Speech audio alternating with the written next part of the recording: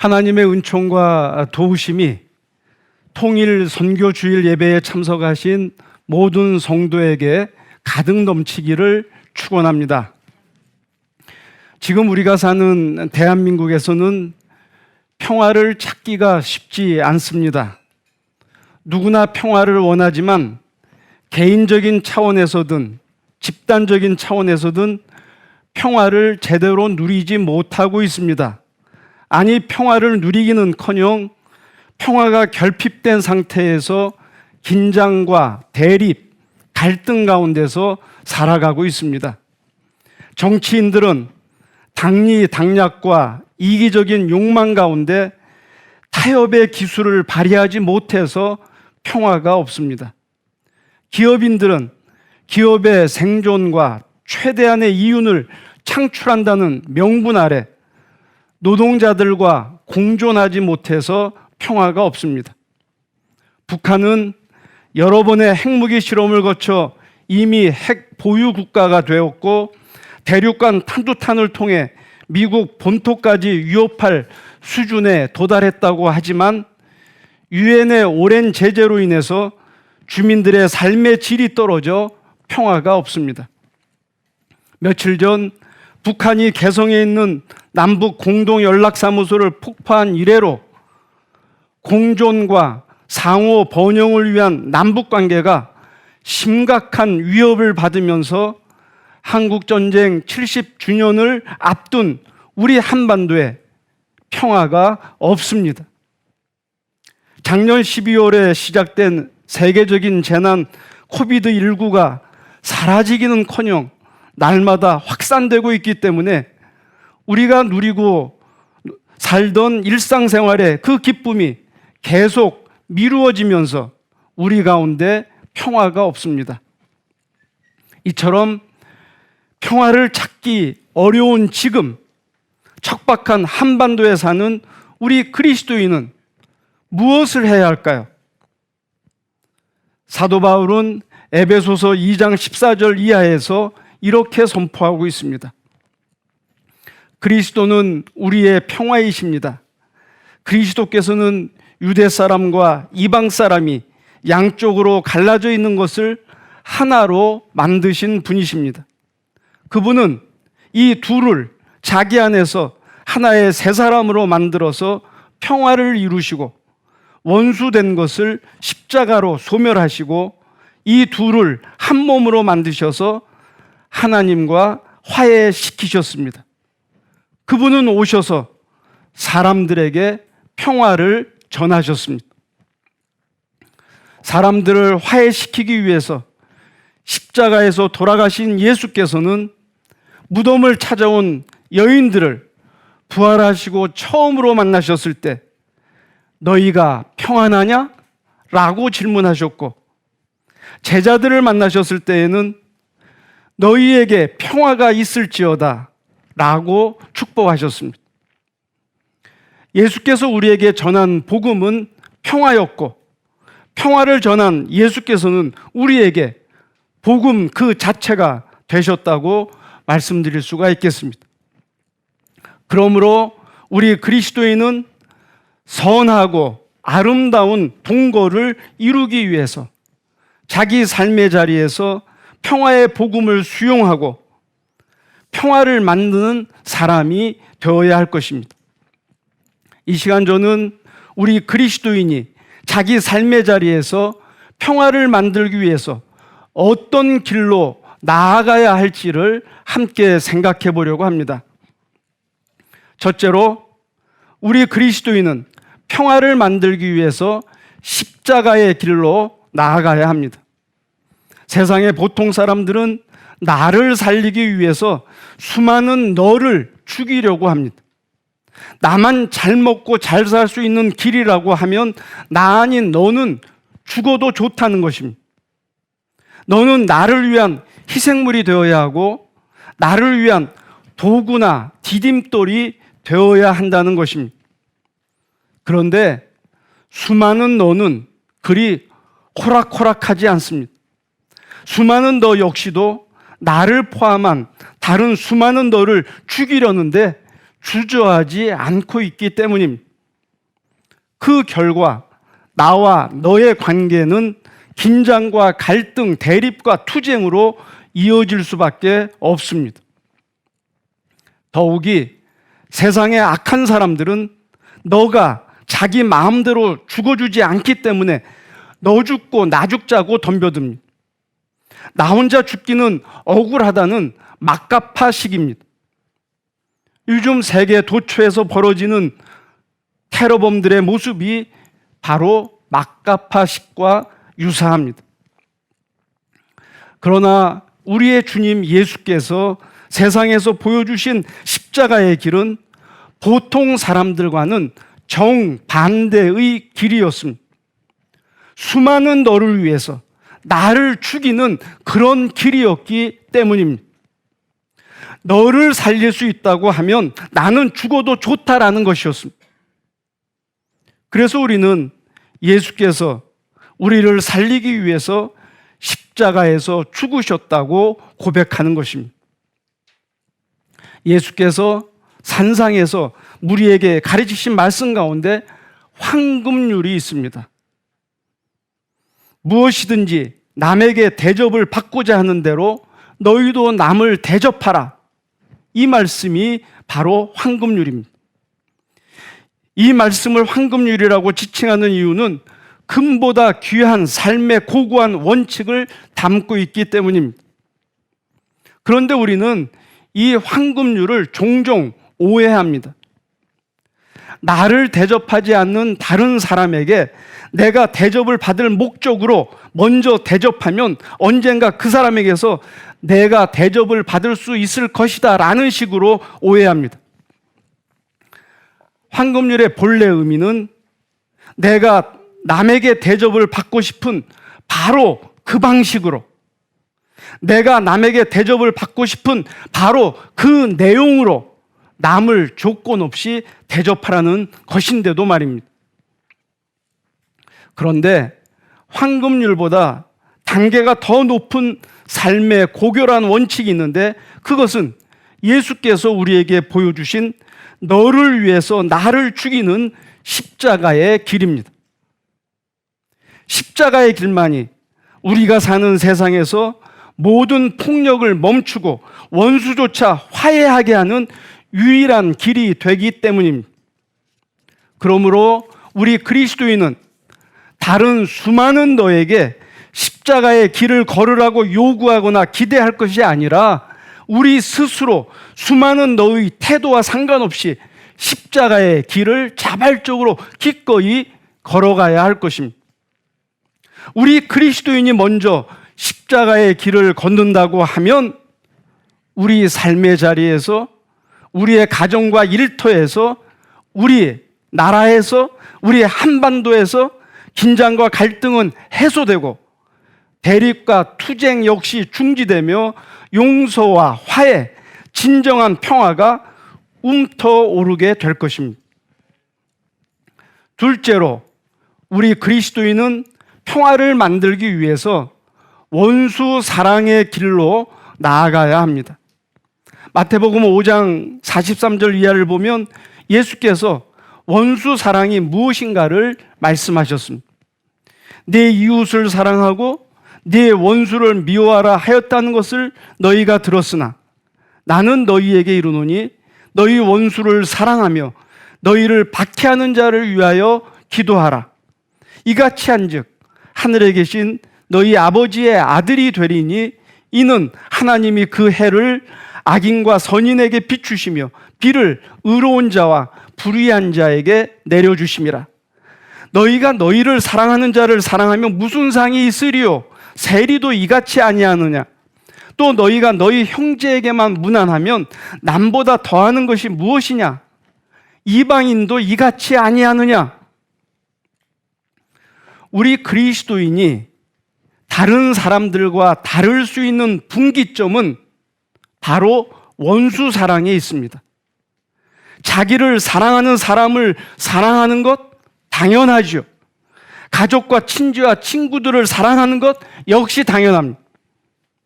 오늘 우리 사회의 문제는, 또 우리의 문제는 당연한 사랑조차 하지 않는 것이 문제이긴 하지만 그리스도인이라면 당연한 사랑은 물론이고 원수 사랑까지도 실천해야 한다는 것입니다. 독일 교회가 발표한 평화 사회백서에 의하면 원수 사랑은 원수에게 굴복하는 것도 아니고 그에게 알랑거리는 것도 아닙니다. 그것은 원수를 희망과 공포 그리고 공격성에 의해서 움직여지는 죄 있는 한 인간으로서 승인하는 것입니다. 그것은 자기 자신을 이상화하지도 않고 원수를 악마화하지도 않는 것입니다. 그것은 양쪽의 실제 요구와 관심을 과장된 것으로 보지 않고 객관적인 것으로 보며 자기 안에서 원수를, 원수 안에서 자기를 동시에 고려하는 것입니다. 동서독 분단 시절에 서독의 물리학자이고 평화운동가였던 프리드리 폰 바이제커 박사는 지성적인 원수 사랑을 호소한 적이 있습니다. 우리는 원수를 괴롭히지 않는데 원수는 우리를 괴롭힌다고 생각합니다. 우리는 세계 평화를 원하지만 원수는 전쟁을 원한다고 생각합니다. 우리 아군의 전투력은 방어용으로 존재하지만 원수의 전투력은 공격용이라고 생각합니다. 이러한 생각은 우리만 하는 것이 아니라 원수도 똑같이 하고 있습니다. 우리가 이 사실을 인식할 때만 객관적이고 이성적인 대화를 증진시킬 수가 있고 지성적인 원수 사랑을 실행할 수가 있다라는 것이 바로 그 핵심입니다. 이처럼 진정한 의미의 원수 사랑은 원수의 인격성을 승인하는 것이고 원수에 대한 왜곡된 편견으로부터 해방되는 것이고 원수를 공동의 삶을 위한 동반자로 보고 신뢰 형성을 통해서 상호 안전 보장을 추구하는 데 있습니다. 왜냐하면 안전 보장이란 것은 자신을 위해서 자신의 노력에 의해서만 보증되지 않고 모두를 위해서 원수와 함께 공동으로 노력할 때만 보증될 수 있는 그런 것이기 때문입니다. 그러므로 우리 그리스도인은 친구 아니면 원수라는 극단적이고 이분법적인 사고 방식을 떨쳐버려야 합니다. 원수라도 함께 살아가야 할 사랑의 동반자라고 생각해야 하는 것입니다. 그러면 두 번 다시 보고 싶지 않은 인간관계에도, 남북 대립의 한반도에도, 남남 갈등의 한국 사회에도 더불어 사는 공존의 평화가 도래하게 될 것입니다. 셋째로, 우리 그리스도인은 평화를 만들기 위해서 선한 사마리아 사람의 길로 나아가야 합니다. 우리가 아는 예수의 비유 가운데 선한 사마리아 사람의 비유는 수도 없이 읽고 수도 없이 듣고 수도 없이 접한 그런 비유입니다. 어떤 사람이 예루살렘에서 여리고로 가다가 강도를 만났습니다. 강도는 그 사람의 모든 것을 강탈하고 반은 죽여서 길가에 내팽개쳤습니다. 그 곁을 제사장이 지나갔고 레위인이 지나갔지만 그들은 강도 만난 자를 외면하고 자신들의 가야 할 길로 급하게 가버렸습니다. 그러나 멸시받던 사마리아 사람은 강도 만난 사람에게 최선을 다하는 이웃으로 다가갔습니다. 레오나드 그리피스라는 미국의 목사는 이 사마리아 사람의 비유에는 세 가지 삶의 철학이 담겨 있다고 해설한 적이 있습니다. 첫째, 너의 것은 나의 것이다. 나는 그것을 가지려고 한다. 라는 강도의 철학입니다. 강도는 자신에게 속하지 않은 것을 억지로 강탈하고자 합니다. 남이 땀 흘려 거두어들인 결실을 별로 힘들이지 않고 쉽게 거두려고 합니다. 그것이 여의치 않으면 물리적인 폭력을 가하는 것으로 분풀이를 하는 것이죠. 둘째, 나의 것은 나의 것이다. 나는 그것을 지키려고 한다. 라는 두 종교 지도자의 철학입니다. 두 종교 지도자는 혹시 강도를 만난 자 앞에서 머뭇거리다가 자신도 강도를 만날지 모른다는 그런 두려움에 빠져 있습니다. 자기가 노력해서 확보한 자신의 것을 자기만 누리는 것, 그것이 당연한 것이라고 생각합니다. 때문에 자신의 것을 남을 위해서 사용하는 것에 대해서는 상상조차 하지 않으려고 합니다. 셋째, 나의 것은 당신의 것이다. 나는 그것을 당신과 기꺼이 나누려고 한다. 라는 사마리아 사람의 철학입니다. 사마리아 사람은 자신의 것을 다른 사람과 나눌 수 있는 기회를 기쁘게 생각하면서 아낌없이 나누고자 합니다. 그는 자신의 땀으로 확보된 자신의 것이 그것을 가장 절실히 필요로 하는 사람의 것이라고 생각하는 것입니다. 그래서 그는 강도 만난 사람의 고난을 미리 준비하기나 한 것처럼 최선의 자비를 베풀기 위해서 노력했던 것입니다. 이처럼 우리 그리스도인이 선한 사마리아 사람의 철학을 지니고 살고자 한다면 우리 그리스도인은 억압과 착취가 팽배한 약육강식의 세상에서 기꺼이 나누는 가운데 더불어 먹고 마시는 평화를 만들어낼 수 있을 것입니다. 끝으로 우리 그리스도인은 평화를 만들기 위해서 일상생활 가운데서 평화를 살아내는 그런 길로 나아가야 합니다. 가톨릭 신자인 박노해 시인의 시 가운데 평화 나누기라는 제목의 시가 있습니다. 그 시를 제 말로 다시 한번 표현해 보겠습니다. 평화 나누기란 일상에서 작은 폭력을 거부하며 사는 것입니다. 세상과 타인을 비판하듯이 내 안을 잘 들여다보는 것입니다. 현실에 발을 굳게 딛고 마음의 평화를 키우는 것입니다. 경쟁하지 말고 각자 다른 역할이 있음을 인정하는 것입니다. 이 일을 더 잘하는 것만이 아니라 더 좋은 사람이 되는 것입니다. 좀 더 친절하고 더 잘 나누며 따뜻한 예의를 지키는 것입니다. 전쟁의 세상에 살지만 전쟁이 내 안에 살지 않도록 하는 것입니다. 총과 폭탄 앞에서도 온유한 미소를 잃지 않는 것입니다. 폭력 앞에 비폭력으로 그러나 끝까지 저항하는 것입니다. 전쟁을 반대하는 전쟁을 하는 것이 아니라 따뜻이 평화의 씨앗을 눈물로 심어가는 것입니다.